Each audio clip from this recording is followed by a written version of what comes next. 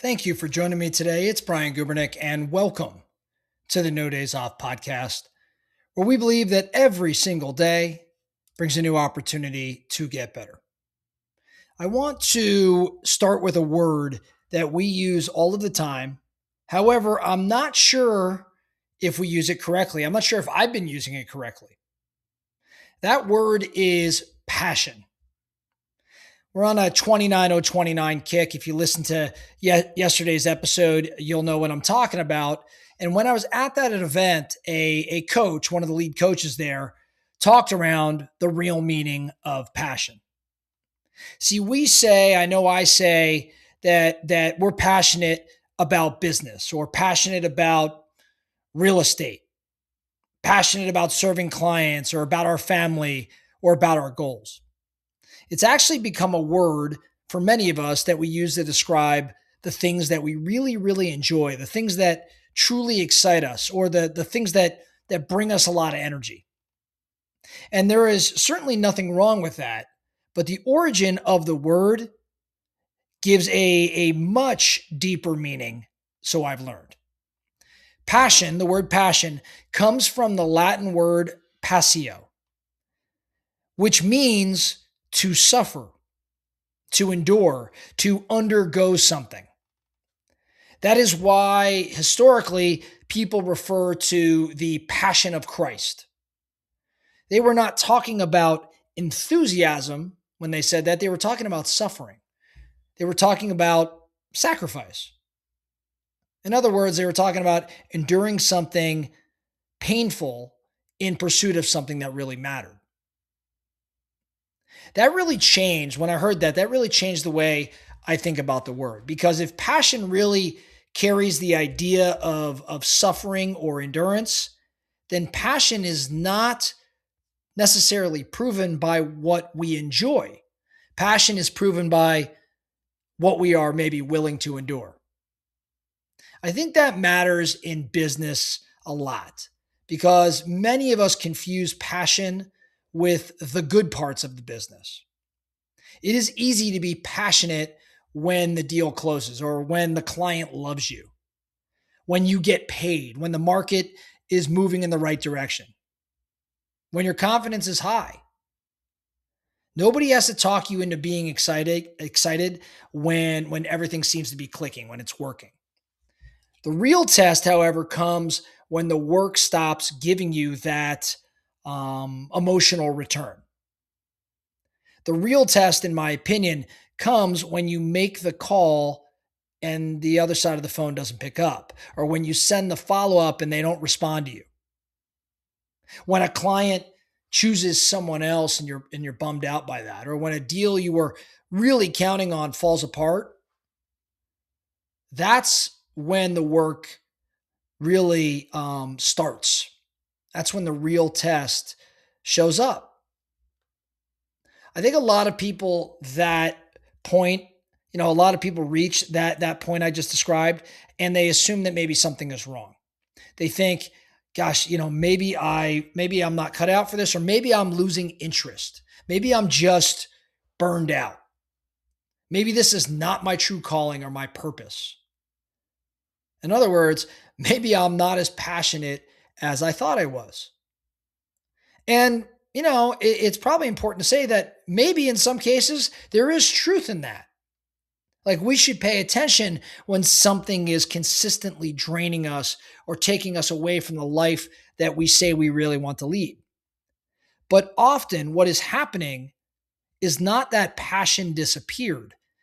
It is that passion specifically is like in that moment, that passion is finally being asked to become endurance, which is a weird way and a very different way to look at this. I think this is where business will expose you. In most business, there is usually incredible upside. You wouldn't be pursuing it if there wasn't sizable upside. But it does not reward occasional enthusiasm. What it rewards is consistency, it rewards follow-up, it rewards skill and emotional control. It rewards the person who can keep doing the right thing, even after the excitement of the goal has actually worn off.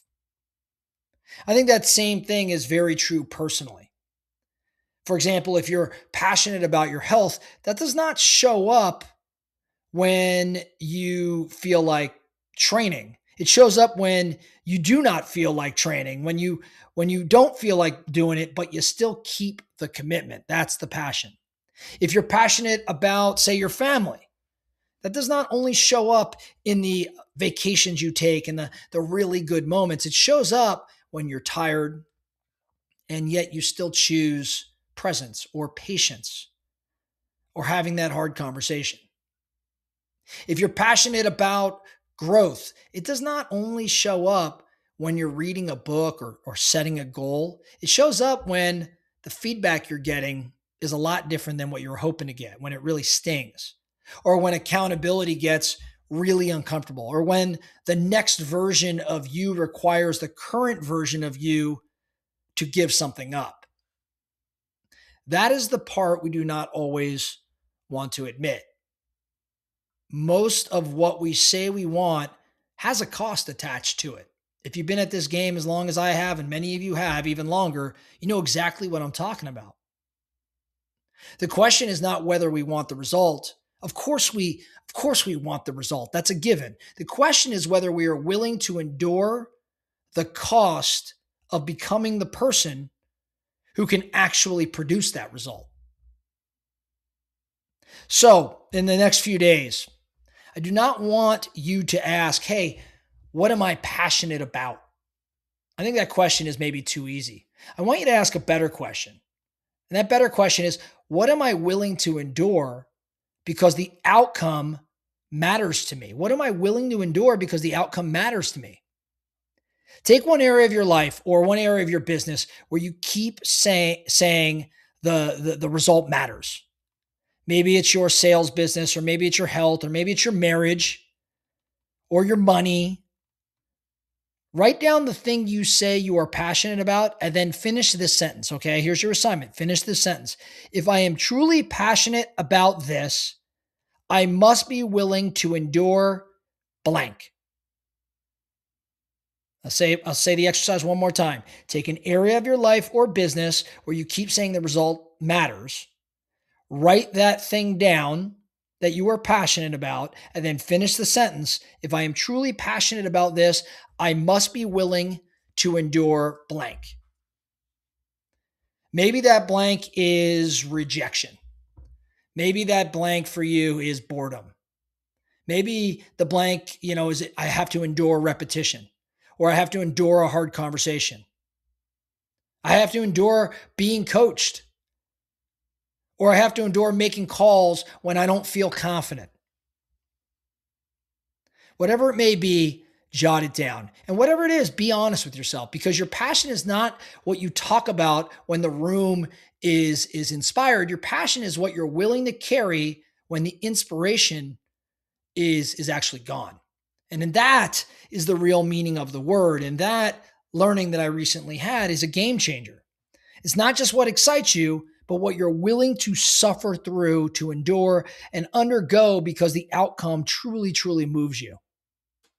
And when I think you understand that, as and I have some work to do, as I better understand that, I think the hard parts stop surprising you. Like you stop thinking, if I cared about this, it should feel easier. No, that's not accurate. Sometimes it feels hard because you care about it. Sometimes the suffering is not a sign that you're on the wrong path.